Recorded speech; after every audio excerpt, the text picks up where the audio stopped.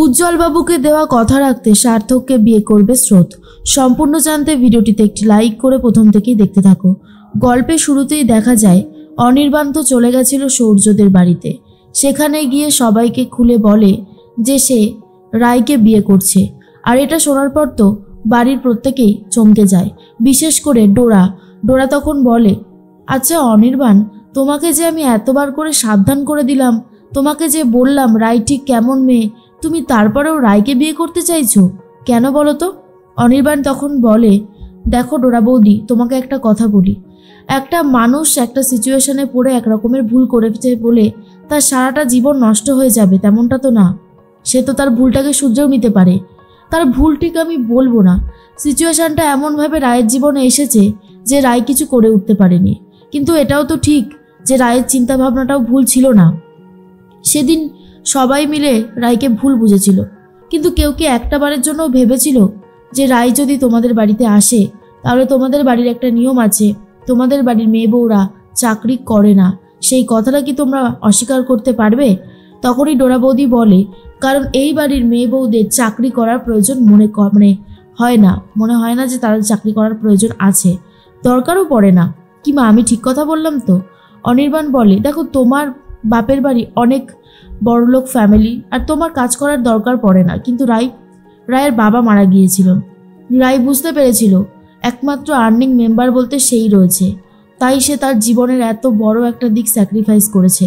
কোনো মেয়েই চায় না তার ভালোবাসার মানুষকে হারাতে। রায় যে ঠকিয়েছে সেটা তো বলতে পারবে না, কারণ রায় সূর্যর সাথে সম্পর্কটা রেখে বিয়ের পিঁড়িতে উঠতে গিয়েছিল। বিয়ের দিন এরকম একটা অঘটন ঘটবে সেটা কেই বা জানতো, তাই না ডোরা বৌদি? তাই এই সমস্ত কথা বলে আর কোনো লাভ নেই। কাকু কাকিমা, আমি চাই তোমরা আমার বিয়েতে উপস্থিত থাকো, তাহলে আমার খুব ভালো লাগবে। এর মধ্যেই সূর্য তখন বলে, একটা কথা কিন্তু বলতেই হবে, অনির্বাণদার চয়েস আছে। এর মধ্যেই সুচিস্মিতা বলে, আমি জানি রে বাবা, তোর অনেক কষ্ট হচ্ছে, তোর ভালোবাসার মানুষকে অন্য কেউ বিয়ে করছে। সূর্য তখন বলে, মা প্লিজ এসব কথা থাক, এগুলো বলে কোনো লাভ নেই। তখনই ডোরা বৌদি বলে, তুমি একটা ফ্রেশ ছেলে আছো, তুমি কোথাও একটা ফ্রেশ মেয়েকে বিয়ে করবে? তা না, এরকম একটা মেয়েকে বিয়ে করছো। অনির্বাণ বলে, এরকম টাইপের ভাষা ব্যবহার করো না ডোরা বৌদি, আমিও কিন্তু বিবাহিত, ঠিক আছে? আর তুমি আমার বাড়িতে গিয়ে রায়ের সম্পর্কে যে সমস্ত কথা বলেছো, সূর্যর সাথে ঘনিষ্ঠ অবস্থায় হ্যানা দানা অনেক কিছু বলেছো, তুমি হয়তো ভুলে গেছিলে যে আমিও কিন্তু বিবাহিত, আমারও কিন্তু একজনের সাথে সম্পর্ক ছিল, আর আমাদের বৈবাহিক জীবনটা কিন্তু বেশ অনেক মাসেরই ছিল, তাই আমাকেও কিন্তু তুমি একদম ফ্রেশ বলতে পারো না। যাই হোক, আমার যেটুকু বলার ছিল আমি বলে গেলাম, এরপর বাকিটা তোমাদের ইচ্ছে। সূর্য তখন অনির্বাণকে অ্যাপ্রিসিয়েট করে আর বলে, অনিদা, তুই যেই সিদ্ধান্তটা নিয়েছিস তাতে আমার 100% সমর্থন আছে। আমি খুব খুশি হয়েছি। রায়ের মতন একটা মেয়েকে তুই তো জীবনসঙ্গী করতে চলেছিস, এর থেকে ভালো আর কী বা হতে পারে? আমি চাই রায় সুখী হোক, রায়ের সুখী হোক, আমি এটা সবসময় চেয়ে এসেছি, আজও সেটাই চাইবো। আর এটা শোনার পর অনির্বাণের অনেক বেশি ভালো লাগে। অন্যদিকে দেখা যায় স্রোত চলে গেছে উজ্জ্বলবাবুর সাথে দেখা করতে। উজ্জ্বলবাবু তখন অসুস্থ। উজ্জ্বলবাবুর বোন বলে, আরে স্রোত, অনেকক্ষণ থেকে দাদা তোমার জন্য অপেক্ষা করছে, বারবার বলছে স্রোত এসেছে, স্রোত এসেছে। অবশ্যই স্রোত এসেছে, এবার বলতেই পারবো। স্রোত তখন উজ্জ্বলবাবুর অবস্থা দেখে বলে, আঙ্কেল, তোমার এটা কি অবস্থা হয়েছে? তুমি তো একেবারে বিছানার সাথে মিশে গেছো, তোমার শরীর এতটা খারাপ, তুমি একবারও আমাকে বললে না কেন? উজ্জ্বলবাবু বলে, আসলে স্রোত, কি হয়েছে বলো তো? আমি কিন্তু সব সময় তোমাকে খেয়াল করে রেখেছি, তুমি যে এবারেও ফার্স্ট হয়েছো সেটাও আমি জানি। স্রোত তখন বলে, আঙ্কেল, আমি এটা বুঝতে পারছি না, তুমি যে অসুস্থ সেটা আমাকে বলনি কেন? তখনই আঙ্কেল বলে, কি করে বলবো বল, তুই কি তোর এই ছেলেটার কথা খেয়াল রেখেছিস? আয় না মা, পাশে এসে বস না, তাহলে খুব ভালো লাগবে। স্রোত তখন বলে, সে তো আসবই, তোমার সাথে দেখা করব বলেই তো একেবারে ছুটে এলাম। তোমার গলা শুনেই না ফোনে মনে হয়েছিল কিছু একটা গন্ডগোল হয়েছে, আর যখন এসে দেখছি তখন তো দেখি আমার খুব ভয় লাগছে যে তুমি এরকম অসুস্থ হয়ে পড়ে আছো কি করে, তোমার তো কষ্ট হচ্ছে বলো। এরপরেই দেখা যায় যে সার্থকের পিসি বলে, তোমরা গল্প করো, আমি তোমাদের জন্য কিছু খাবার নিয়ে আসি। স্রোত তখন বলে, না না আন্টি, আমি কিছু খাবো না। তখনই উজ্জ্বলবাবু বলে, যা তো গিয়ে ওর জন্য খাবার নিয়ে আয়। তখনই পিসিমণি বলে, এই তো যাচ্ছি। স্রোত বলে, সত্যি আঙ্কেল, তোমার এই অবস্থার জন্য কে দায়ী বলো তো? স্যার তোমার ট্রিটমেন্ট করছে? উজ্জ্বলবাবু বলে, না, আমার ট্রিটমেন্ট করছে আমারই এক বন্ধু।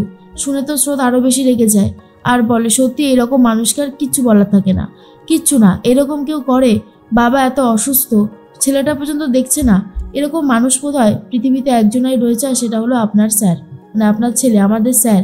এরপরে উজ্জ্বলবাবু বলে কি করব বল, পৃথিবীতে সব মানুষ তো আর সমান হয় না, তবে এবারে মনে হচ্ছে ওপরের ডাক খুব শিগগিরই আসবে, শরীরের অবস্থাটাও খুব একটা ভালো না। স্রোত তখন বলে একদম তুমি এই সমস্ত কথা বলবে না, আমি আমার বাবাকে হারিয়ে ফেলেছি, তোমার মধ্যে আমি আমার বাবাকে খুঁজে পাই, আর তুমি যদি এই কথা বলো তাহলে আমার কতটা খারাপ লাগবে বুঝতে পারছো? স্রোতের কথা শুনে উজ্জ্বলবাবু বলে বয়স হলে তো একদিন একদিন যেতেই হবে, তাই না রে মা? এর মধ্যে দেখা যায় রাই চলে গেছে অনির্বাণের সাথে দেখা করতে। রাই আর অনির্বাণ গাড়িতে করে একটা জায়গায় যাচ্ছিল। অনির্বাণ তখন রাইকে বলে জানো রাই, আজ আমি সৌর্যদের বাড়িতে গিয়ে সমস্ত বিয়ের কথা বলে এসেছি। তখনই রাই বলে সে কি, তারপর ওরা কি বলল? সৌর্য নিশ্চয়ই তোমাকে খুব অপমান করেছে। তখনই অনির্বাণ বলে আচ্ছা সৌর্য সম্পর্কে তোমার এরকম ধারণা কেন বলো তো? তুমি জানো সৌর্য কি বলেছে? সৌর্যর বলা কথাগুলো রাইকে বলে দেয় অনির্বাণ। আর রাই তখন বলে সত্যি সত্যি, মানে সৌর্য এটা বলেছে? আমি তো ভাবতেই পারছি না।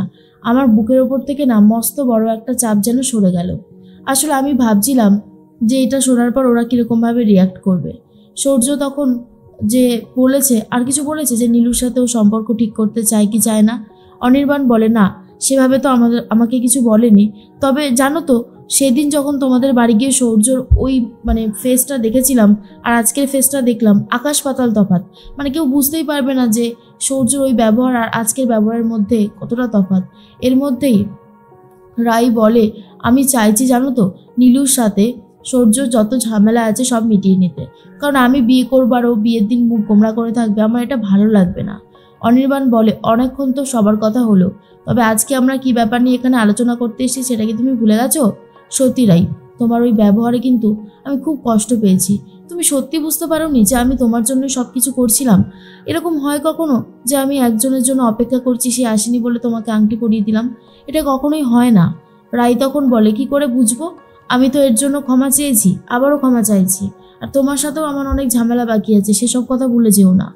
এর মধ্যেই দেখা যায় উজ্জ্বলবাবু মানে সার্থক স্যারের বাবা কথা বলতে থাকে স্রোতের সাথে, আর বলে তোর কাছে একটা জিনিস চাওয়ার আছে, তুই এই বুড়ো বাপটাকে কিন্তু মানে ফেলে দিস না, কথাটা অবশ্যই তোকে রাখতে হবে। স্রোত তখন বলে হ্যাঁ বলো না কি কথা? উজ্জ্বলবাবু বলে পরে বলবো খানি, কিন্তু স্রোত তখন বায়না করে আর বলে না না তোমাকে বলতেই হবে, আমি কিচ্ছু জানি না, তোমাকে বলতেই হবে। আর তখনই উজ্জ্বলবাবু বলে আমি চাই তুই পাকাপাকিভাবে আমাদের বাড়িতে থাক, আমার ছেলের বউ হিসেবে। আর এটা শোনার পর তো স্রোত বলে আঙ্কেল এসব তুমি কি বলছো? আঙ্কেল তখন বলে কথা দে না স্রোত, আমার ছেলেটাকে আমি দেখেছি, ও যখন তোর সাথে কথা বলে তখন ও রেগে যায় ঠিকই, কিন্তু ওর মনের সমস্ত দুঃখ কষ্ট বেরিয়ে যায়। ও তোর সাথে ঝামেলা করে পরে কিন্তু বুঝতে পারে ও ভুল করেছে, ও তোকে ভালোবাসে। আর এটা শোনার পর স্রোত নিজেই চমকে গেছে।